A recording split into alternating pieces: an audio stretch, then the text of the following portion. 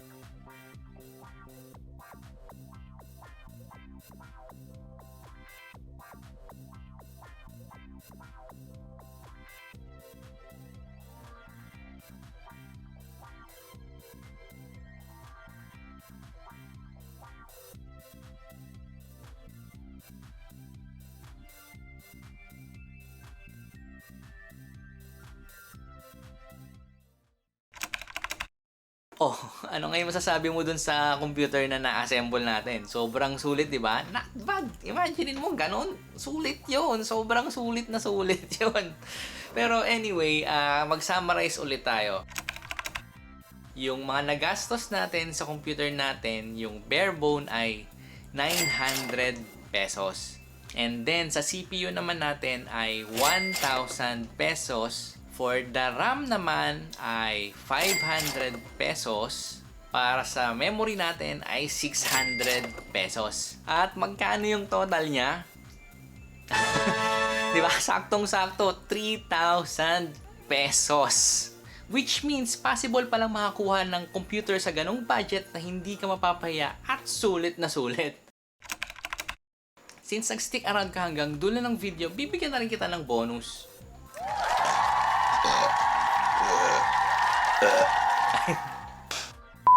Kung gusto mong gamitin yung computer mo for games or di kaya naman for editing, pwede ka ngayon mag-upgrade ng CPU. Since i5 lang ang gamit natin, pwede natin gawing i7. At pwede mo rin siyang dagdagan ng graphics card or GPU. Ang marirecommend kong GPU, syempre since medyo manipis yung computer natin, kailangan low profile yung GPU. Medyo may kahirapan kumuha ng low profile na GPU and yung option mo very limited lang. Pero pwede kang kumuha kahit mga 1030, GT 1030. Yung GT 1030, makakachamba ka ng 1,500 na low profile. Ganito yung tsura nun. Yan. Mapapansin mo medyo maliit siya compared sa regular size ng mga GPU. And then, syempre ito, medyo nakaano to sa standard size. Kailangan, mas kukuha ka ng mas maliit na bracket. So, i-convert mo, tatanggalin mo lang naman tong mga screw na to. Tapos, kabit mo dyan. Para mag-fit na siya sa computer mo. Syempre, yung memory, kung may extra ka, dagdagan mo pa ng additional 8GB. Pag na-upgrade mo na yan, magkakaroon ka na ngayon ng additional computing power na pwede mong panlaro ng CS2, Valorant, Dota 2, or di kaya naman pang-edit lang ng mga Photoshop or Lightroom. And pwede mo rin siyang gamitin sa video editing sa Adobe Premiere. At yan, hanggang dito na lang muna ako. Kung nagustuhan nyo yung video, i-hit nyo yung like button. And then, kung may nakalimutan ako or may mali akong nasabi or di kaya naman may additional input ka na gusto mong i-share sa mga ibang nakanood ng video to, i-comment mo lang dyan down below. At kung gusto nyo pang makita ng mga ibang video na gawa ko rin, i-click mo lang kung ano man yung mga video nasa screen na yan. At kita tayo sa susunod kong video. Paalam.